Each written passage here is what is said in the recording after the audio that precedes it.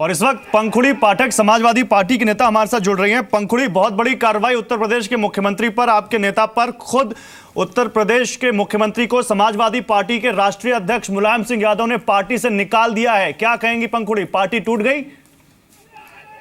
देखिए, बहुत गलत हुआ है जो भी हुआ है, और जहाँ तक पार्टी टूटने की बात है तो इसके लिए जो भी कदम उठाए हैं वो माननीय मुख्यमंत्री जी ने किसी तरह से नहीं उठाए हैं, और उन्होंने पार्टी को जोड़ के रखने की हर कोशिश करी। जो भी एक ऑफिशियल तरह से वो जो बातचीत कर सकते थे वो उन्होंने करी, लेकिन आज ये जो कार्रवाई उनके खिलाफ हुई है, अब मुझे लगता नहीं है कि कोई भी अब तरीका रह गया है जिससे कि किसी तरह का समझौता हो सके। लेकिन पंखुड़ी, लगातार खबर आ रही थी कि अखिलेश यादव कह रहे हैं कि आप हमारे चुने हुए लोगों को टिकट दीजिए, आप हमारे लोगों को टिकट दीजिए, हमने काम किया है, हम वोट मांगेंगे। आखिर क्यों मुलायम सिंह यादव को ये कार्रवाई करनी पड़ी, और क्यों अखिलेश यादव अपने पिता को ही नहीं मना पाए?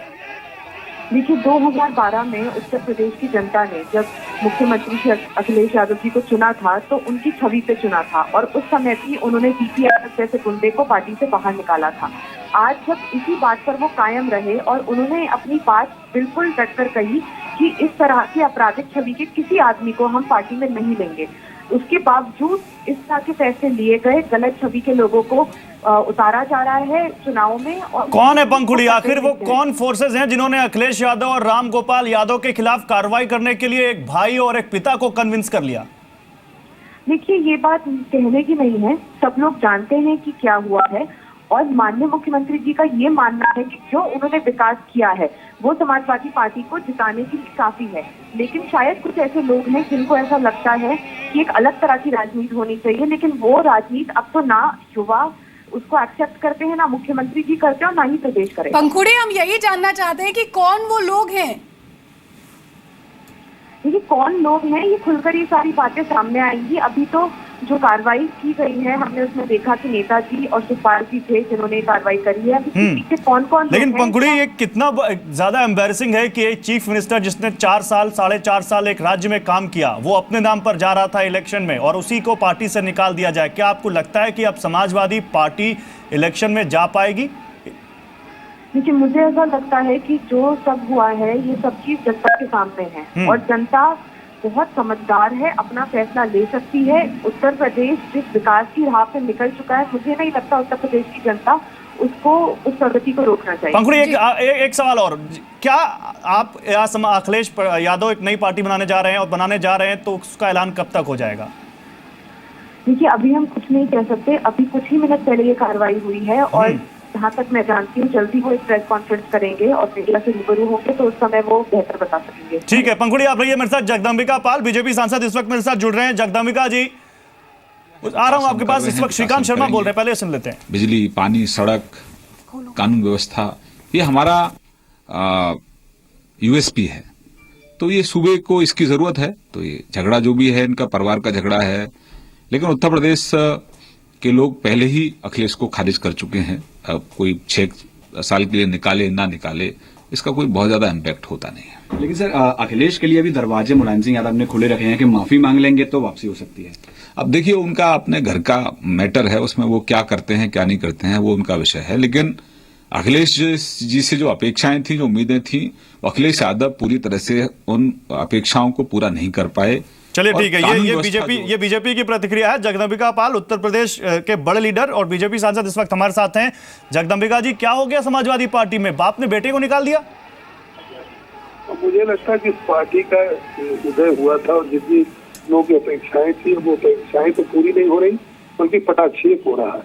अब मुझे लगता है कि जैसे पार्टी के लिए पतन के दिन आए, तो इन फैसलों पर मैं क्या प्रतिक्रिया करूं, क्योंकि स्वयं ये आत्मघाती है, और मुझे लगता है इन फैसलों से इस पार्टी के भविष्य के बारे में एक क्वेश्चन लग गया।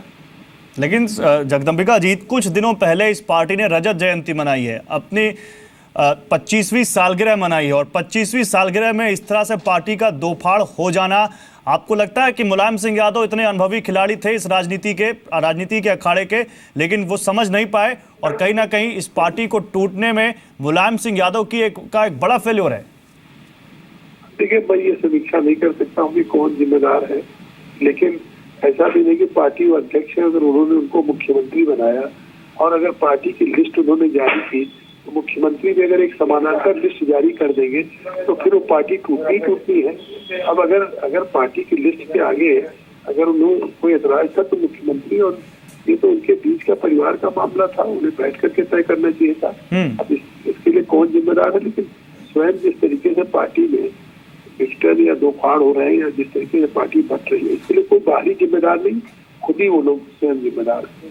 सर, आपको क्या लगता है चुनाव में इसका क्या असर होगा? विधानसभा चुनाव में खासकर समाजवादी पार्टी क्या अब उस स्ट्रेंथ के साथ जा पाएगी चुनाव में?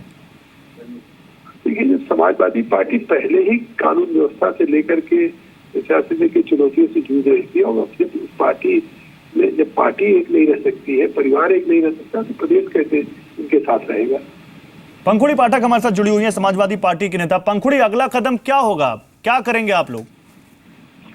देखिए, अभी फिलहाल तो मुख्यमंत्री जी आने वाले समय में मुझे लगता है कुछ देर में प्रेस कॉन्फ्रेंस करेंगे और मीडिया के सामने जाएंगे, तो उसके बाद हम देखेंगे। बाकी हम लोगों की भी चूंकि सूची बनी हुई है तो उसके आधार पे कैंडिडेट उतारे जाएंगे। अब किस तरह से पंखुड़ी रोकना चाहेंगे, शरद यादव कुछ बोल रहे हैं, सुन लेते हैं वो क्या कह रहे हैं। में अब वो जो आज समाजवादी पार्टी है उसमें हम सब लोग साथ थे, काफी मेहनत करके हम लोगों ने पार्टी खड़ी की थी, लेकिन अब वो अलग है तो ये आंतरिक मामला उनका,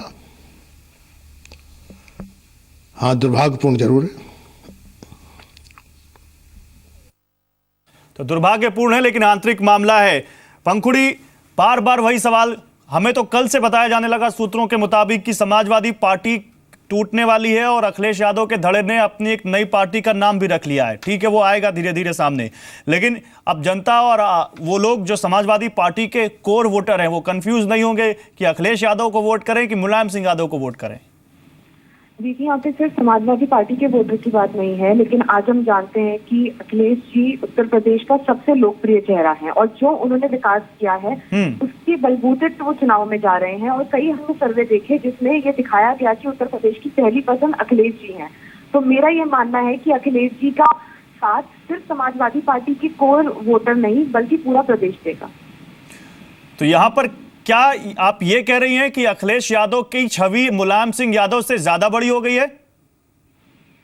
देखिए, ये जनता तय करेगी, समय समय की बात है, वक्त बदल चुका है, राजनीति करने का तरीका बदल चुका है, राजनीति की परिभाषा बदल चुकी है। तो उसके हिसाब से, क्योंकि आज इस देश में ज्यादातर युवा हैं, एक सोच में बदलाव आया है, तो मुझे लगता है उसको लेकर एक लीडरशिप की भी जो क्वालिटीज वो चाहते हैं नेता में, उसमें भी बदलाव आया। ठीक है पंखुड़ी, आप हमारे साथ रहिए। राम गोपाल यादव बस कुछ ही देर में मीडिया के सामने आ रहे हैं, लेकिन उससे पहले राजीव त्यागी, कांग्रेस के लीडर, इस वक्त हमारे साथ फोन लाइन पर हैं। राजीव त्यागी, क्या हो गया समाजवादी पार्टी में? पिता जो कि राष्ट्रीय अध्यक्ष है, उन्होंने मुख्यमंत्री बेटे को निकाल दिया।